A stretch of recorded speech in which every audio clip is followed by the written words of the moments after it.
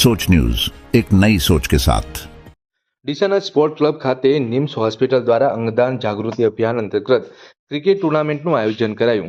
ડીસા શહેરમાં સૌપ્રથમવાર અંગદાન જાગૃતિ માટે ડીસાના સ્પોર્ટ ક્લબ ખાતે નિમ્સ હોસ્પિટલ દ્વારા ક્રિકેટનું આયોજન કરવામાં આવ્યું હતું। આ ક્રિકેટ ટુર્નામેન્ટનો ખાસ હેતુ લોકો વધુમાં વધુ અંગદાન વિશે જાણતા થાય તે માટે કરવામાં આવ્યું છે।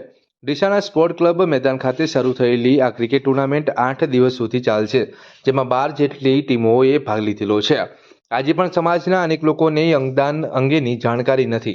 સમાજમાં હજી પણ અંગદાનની જાગૃતિ જોઈએ એટલા પ્રમાણમાં નથી। જો કે જાગૃતિનું પ્રમાણ ધીમે ધીમે વધી રહ્યું છે, એક સારી બાબત છે। ત્યારે બનાસકાંઠા જિલ્લામાં પણ ધીમે ધીમે અંગદાન વિશે જાગૃતિ આવી છે અને અત્યાર સુધીમાં બનાસકાંઠા જિલ્લામાં 4 જેટલા લોકોએ અંગદાન કર્યું છે। ત્યારે અંગદાન વિશે લોકોમાં વધુમાં વધુ જાગૃતિ આવે તે માટે ડીસા ખાતે કાર્યરત નિમ્સ હોસ્પિટલ દ્વારા એક અનોખું અંગદાન જાગૃતિ અભિયાન શરૂ કરવામાં આવી છે, જેમાં આજે આપણે જોઈએ છીએ કે ક્રિકેટ એ લોકોની સૌથી વધુ લોકપ્રિય રમત છે અને ક્રિકેટ જોવા માટે હજારોની સંખ્યામાં લોકો જોડાતા હોય છે।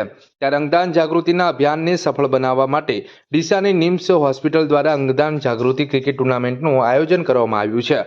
આ ક્રિકેટ ટુર્નામેન્ટમાં ડીસા તાલુકાની 12 જેટલી ટીમોએ ભાગ લીધો હતો, જેમાં આજે અંગદાન જાગૃતિના અભિયાનને સફળ બનાવવા દાદા દિલીપભાઈ દેશમુખના વરદ હસ્તે ક્રિકેટ ટુર્નામેન્ટ શરૂ કરવામાં આવી હતી।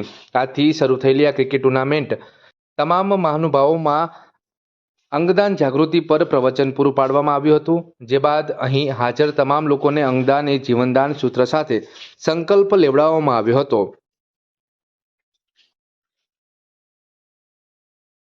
આ ક્રિકેટ ટુર્નામેન્ટનો ખાસ હેતુ અહીં ક્રિકેટ ટુર્નામેન્ટ જોવા આવનાર લોકોમાં અંગદાન વિશે જાગૃતિ આવે એ ક્રિકેટ ટુર્નામેન્ટ સ્પોર્ટ ક્લબ ખાતે 8 દિવસ સુધી યોજાશે, જેમાં રોજે રોજ દર્શકો તેમજ વિજેતાઓ અને રનર્સ અપ ટીમ માટે સિયારામ ફર્નિચર મોલ દ્વારા ઇનામો રાખવામાં આવ્યા છે।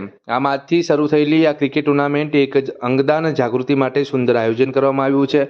આજે યોજાયેલ કાર્યક્રમમાં સફળ બનાવવા માટે જિલ્લા ભાજપ પ્રમુખ કીર્તિસિંહ વાઘેલા, ડીસાના પૂર્વ ધારાસભ્ય અને ડીસા માર્કેટયાર્ડના ચેરમેન ગોવાભાઈ દેસાઈ, ડીસાના પૂર્વ ધારાસભ્ય શશિકાંતભાઈ પંડ્યા, ડીસા નગરપાલિકા પ્રમુખ સંગીતાબેન દવે, ડીસા સ્પોર્ટ ક્લબ પ્રમુખ અશોકભાઈ જોશી સહિતના આગેવાનો મોટી સંખ્યામાં ઉપસ્થિત રહ્યા હતા।